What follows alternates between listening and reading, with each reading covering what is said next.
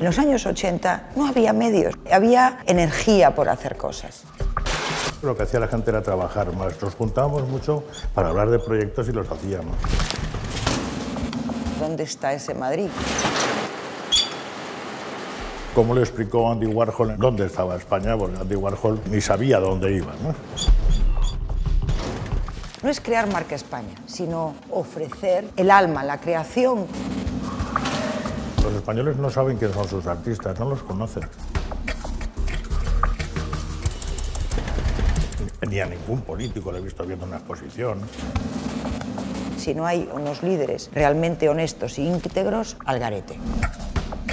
Yo no digo que nos apoyen, simplemente que no nos excluyan.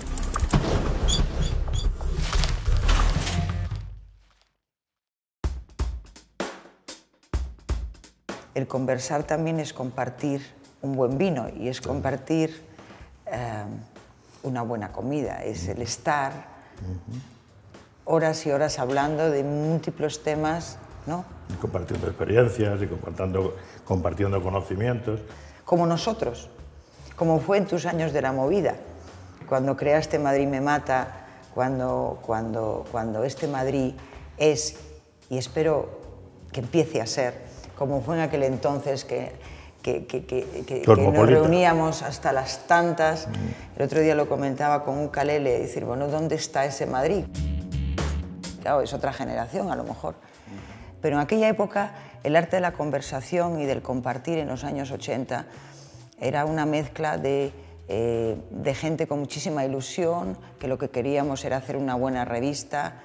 Me acuerdo, El Paseante, Madrid me mata. Yo creo que el elemento fundamental fue el ambiente que nos unió a todos, ¿no? Ibas a los puntos de encuentro y te encontrabas con gente que quería hacer cosas.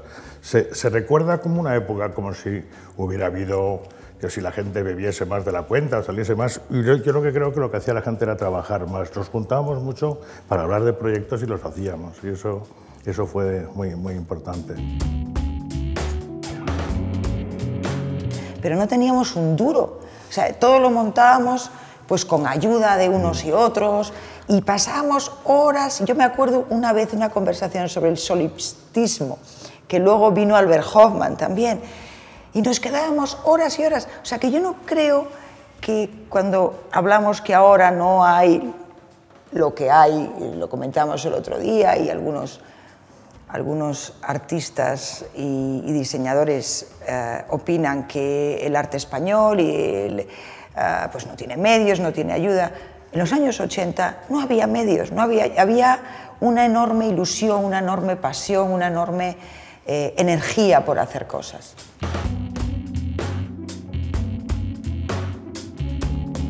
El dinero no existía. O sea, no existía. Tú hacías las cosas, nadie cobraba, todo el mundo empujaba, ponía el hombro, pero no se cobraba, no se hablaba de nada, no existía. Era una vida nocturna, la conversación, el intercambio, el compartir, el hacer Madrid, porque se hizo Madrid. Lo que se hacía era muy cosmopolita, la gente era muy ambicioso, y entonces venían los japoneses, los americanos, y publicaban en sus revistas lo que estaba pasando en Madrid, y les llamaba mucho la atención. Quiero saber cómo nació Madrid me mata, que fue muy importante y que todo el mundo íbamos detrás cuando salía. Estaba viviendo en ese momento con un gran amigo que murió hace poco, que es Moncho Alpuente, y todo su entorno y toda la gente con la que él vivía y con la que tratábamos eran todos periodistas. Todo el mundo hablando de periodismo, pues un día digo, pues voy a tirar yo para adelante y voy a hacer una publicación donde el director, en vez de ser un periodista, pues era un director de arte, ¿no? Por supuesto que me fijé o me acordé de reojo del interview de Warhol y de buscar una publicación donde se contara pues, las cosas que pasaban en Madrid, no como sitio cerrado, sino como sitio que daba la bienvenida a todo lo que pasaba por allí. Fue la primera publicación que publicó Larry Clark, a Mapplethorpe, que nos mandó unas copias creíbles, y nos ponía además una nota que como se estropease una foto íbamos todos a la cárcel, ¿no? Y John no nos contó luego en Nueva York pues, cómo había sido el proceso neoyorquino, porque él vivía en la casa de William Burroughs, que era el búnker donde se había creado todo. Y cuando nos contó cómo funcionaban y las cosas que hacían, y están todas las paredes con los restos de todos los pintores que pasaron por allí, pues no era tan diferente.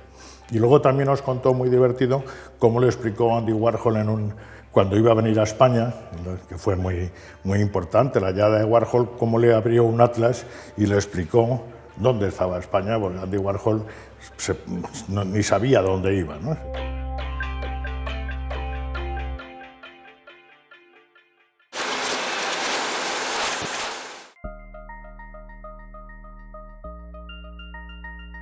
Yo creo que ahora, en el 2016, seguro tienen que haber corpúsculos o grupos o nuevas generaciones que sigan con esa actitud. Que al principio empezamos quejándonos, porque ahora en Madrid, porque ahora en España, porque qué se hace por el arte, porque qué se hace que los gobiernos, que el gobierno, que los no gobiernos, que las instituciones ayudan o no ayudan. Al final terminamos nuestra cena diciendo, pero que no, pero mira este grupo, pero mira este, que están haciendo cosas maravillosas, igual o más creativas que en los 80 o que hicimos nosotros con Cefoto. Una cosa muy curiosa, y que yo creo que solo pasa en España, es que la gente, los españoles no saben quién son sus artistas, no los conocen. Y es una cosa que dices, que te quedas, como mucho conocer a sus artistas de cine, algún actor de teatro, algún músico, pero cuando llegas a los artistas plásticos, prácticamente, o a los diseñadores, yo cuando doy clase en una escuela de diseño les pregunto a los alumnos, ¿conocéis a los diseñadores, a vuestros mayores que tenéis? ¿Os fijáis en alguien? Y la mayoría no conocen a muchos, se van a dedicar a ser diseñadores, pero no conocen quién ha habido antes que ellos, y eso es muy curioso. Creo que es un mundo, una generación o un periodo más solitario, más aislado, es decir, cada uno se mueve con sus propios proyectos, cada uno tiene su propio estudio, cada uno habla más de temas económicos, más cuando se reúne con sus colegas o con su grupo o con proyectos. No hay una comunidad. El proyecto que hubo o la comunidad que hubo en los 80 y también en los 90 en cierta medida, aunaba las artes escénicas, las artes musicales, las artes del cine. Hay mucha crítica entre los propios colegas, hay mucha competición, competitividad entre estudios, intereses. Antes de hacer Madrid me mata, me dediqué a coger todos los grupos, los sellos discográficos que había en España, y los junté todos, me reuní con ellos y les propuse que yo iba a montar una distribuidora independiente para mover todos esos grupos. En ese año salieron Siniestro Total, Derribos Arias, Parálisis Permanente, Radio Futura, Décima Víctima, Sindicato Malone, Glutamato de tantos grupos que luego estuvieron durante Nacha Pop, y que luego todo eso fue lo que se llamó la movida madrileña. Eso duró un año. Con un año y con un proyecto común, esa música se metió en el alma de una generación y en las discotecas y en la educación de muchísimas gentes. Eso mismo lo había hecho Warhol con su estudio promoviendo una cultura. El asunto es estar todos juntos, y en España tenemos un ejemplo muy reciente que son los cocineros. Los cocineros se han movido fuera de España y se han movido 10 personas razonables, y todo el mundo que sabe ya en España quién son los 10. Si nosotros fuéramos capaces de mover nuestros artistas como hemos movido a nuestros cocineros, seríamos 100%. Conocidos en el mundo 100%. Entero. Lo que veo es como corpúsculos. Lo que creo que sería extraordinario es que si estas charlas, si estas conversaciones, si son escuchadas por esa generación de 20 a 40 años, que no van a crear, no es crear marca España, eso me parece un horror. Es decir, creo que hay que ofrecer no la marca, sino el alma, la creación, de una forma natural. A mí me decía Brian Eno que el gran éxito de la cultura inglesa fue que la política, los políticos abrieron unas escuelas que se llamaban las escuelas de arte, de School of Art, donde iban a parar los chicos difíciles de Inglaterra o del Reino Unido. De ahí salieron los Rolling Stones, de ahí salieron los Who. Y los chicos difíciles no estaban excluidos de la sociedad, pero no estudiaban bellas artes, estudiaban arte. Y cuando se juntaban los Kings, eran cuatro chicos rebeldes que cantaban canciones muy broncas y que habían estudiado arte. Entonces, eso no era rock and roll, no eran músicos, eran señores que estaban haciendo una performance artística en un escenario. Eso me lo contó Brian Eno y yo me dio con la clave de por qué todos nos habíamos dejado fascinar por los ingleses y por los americanos, mientras que nosotros les copiábamos. Nosotros estamos haciendo otra cosa. Y yo nunca he visto ni al rey padre ni al hijo, o sea, que les gustaba el deporte, les gustan las motos, les gusta el deporte, pero nunca le he visto enseñando a su casa cuadros como pasa en otros países, ni a ningún político le he visto viendo una exposición, algo que vayan a hacer campaña, en fin, que yo no digo que nos apoyen, simplemente que no nos excluyan.